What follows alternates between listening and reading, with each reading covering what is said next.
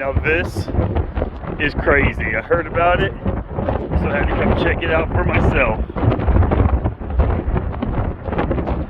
This is something they said that they've never seen before. It has rained so much in such a short time. The fresh water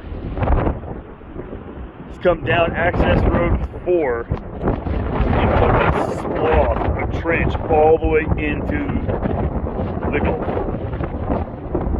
That is freaking insane.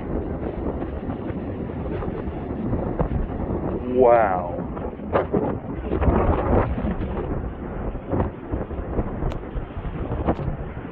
Can't really tell how fast it's moving.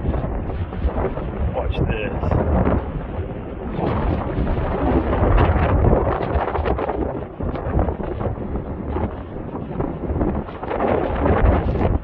Look at it, all the way down the road down there.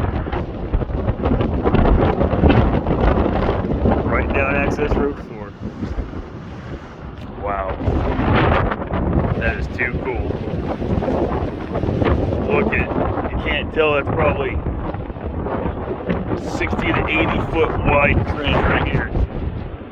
Here's the edge of the trench. It gets wider and wider and wider the further it goes.